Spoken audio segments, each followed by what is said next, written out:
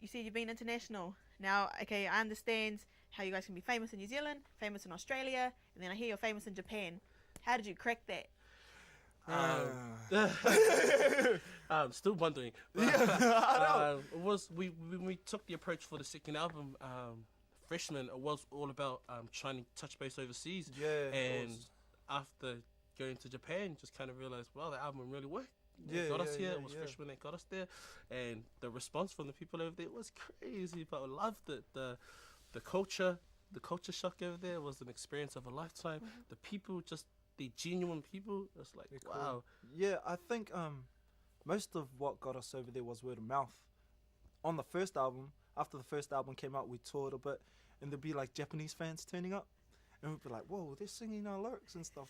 How do they know this? And we've heard that a lot of people bought our music and took it over to Japan, and it just fell into the right hands there. Yeah. And come the second album, when we had made that album more for overseas, it worked more as well. So what single? It was the If It's Cool song. That single just took to radio over there and just went like fire over there, and that's when we really blew up. So yeah, it was word of mouth mostly. Just people liked our music here, the Japanese people. Thank you. Awesome work. Cheers. And they just got us out there, yeah. Pretty much. And you went there to Japan last year? Yeah, last 2007. November. Yeah. It was cool because we were actually over there for MySpace Japan first birthday, and we were the headlining act for that, which was crazy because there was a crew from Japan, Kasumi, and that's how we kind of hooked up, was from Feliti's page. They were just kind of random, like, Yeah, cool. we were Like, talking you to guys people into on music? MySpace. We're into music. Got an album in Japan. 6 weeks later, they were came here in New over. Zealand, and then we were working with them on their album. And he's on at the end of our video dance floor. Dance It's floor. Toshi. Toshi. Yeah, they came over. Yeah, Yeah. MCTOC. So Man. they are friends and stuff now. Cool. And then from that, what? After that, we got a gig with the Air New Zealand week over there, right? Yeah. Yeah, and we flew over for that. They got us over there. It was an Air New Zealand week, just showing off New Zealand culture and stuff in the middle of Tokyo. It was crazy kapahaka groups, us, fashion week and stuff. It was real cool. Yeah. And then after that, we went on a tour all the way up and down From Japan. there, went to the bottom and come all I the really way up. don't So know we where's did, like, where. 7 shows in 4 or 5 different cities. So it was crazy. Yeah. Crazy. And then I checked out your guys' website. Well, anyway, we found your Damn video done all on... Phones. Yeah. Hey man, we balling on a budget. Yeah, balling on a budget for real. We don't even have cool phones with cool cameras. We have real cheap ones. Yeah, like, But it was fun. it It was was just a random fun. idea, and so Yeah. we thought, we'll stick with it, and we did it. Yeah. Came back to New Zealand, and it wasn't quite finished. And then one of the boys said, "Nah, let's just finish it off, like polish it up, post it, and we'll see how it goes." And it was just cool to post it. I was like, "Bad, Yeah. let's do another one." we were sitting in our hotel there, like thinking, man, when are we gonna get the chance to come back here? Because it's so flashy, big lights everywhere. So we were like, maybe we should film a video clip. And we all started laughing, and then we looked at each other again, like, nah, maybe we should. And then, so we just took off around the streets of Tokyo and stuff, standing in the middle of like thousands of people. They're all staring at us, going, "What are you doing?" Like these big brown dudes standing in the middle of the like crossing photo, like taking videos and stuff on their cameras and stuff. It was funny, so fun. That was cool. I hope people get to see it. Have a look for it. I think it's on YouTube. Yeah, I think it's up. It's like, damn, check it out. Damn. Damn. Nesian Mystik.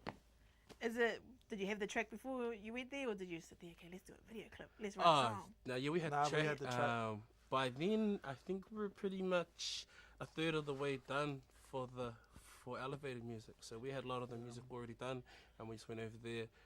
Kind of just used it to show other people over there, like the music cats over there. Oh, this is what we got coming up. This is what we've been working on. Even the cats from Kasumi that come over, we were just like, oh, bro, that's what we've been working on. This is what the next album. This is where it's going. And we just took the opportunity and just took it. While we were over there, we took some music that we were working on here and just tried just out of nowhere landed some recording sessions and stuff. Yeah, man. With, and they were crazy. Teriyaki Boys, they're pretty big over in Japan. Japan. Hip hop crew, and they were just great hosts as well. Yeah. Like their studio was immaculate. Yeah. Had a great night. We were trying not to show that we were freaking out. Like we walked in, and there was like you walk in, and they got like PlayStation 3 set up. They got like a pool table. They got pianos and stuff. Like our studio is like a room with a mic.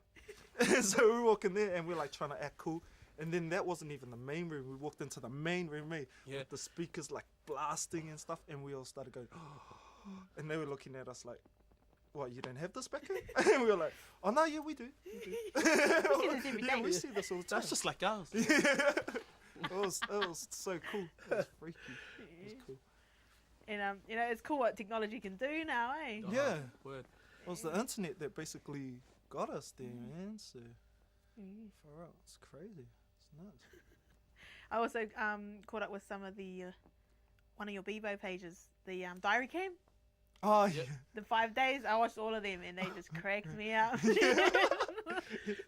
just typical. That's just us typical Yeah, guys yeah. in Japan though. So we're kind of like a lot to handle here. Yeah, So yeah. You People throw us in Japan and Yeah. you just got crazy times infinity. Yeah.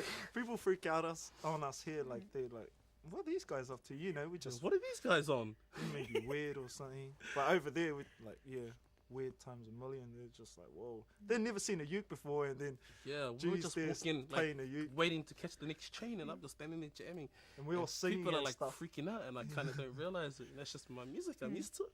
And then kind of, bro, these guys are buzzing out. And you're like, oh, Chad, how you going? This is a uke. Yeah, I'm all the way from the Cook Islands, you know. Kind of school them a little bit. That was fun. No, it's fun. It's cool to take your culture over there and then they appreciate it. You know, Yeah, like, they did. They were like, yeah. a lot of people, so where can you buy it from? And Yeah. can I buy it? And jamming and like staying there with money. Like, I ain't busking, yo. Yeah. Just We're jamming, man. jamming.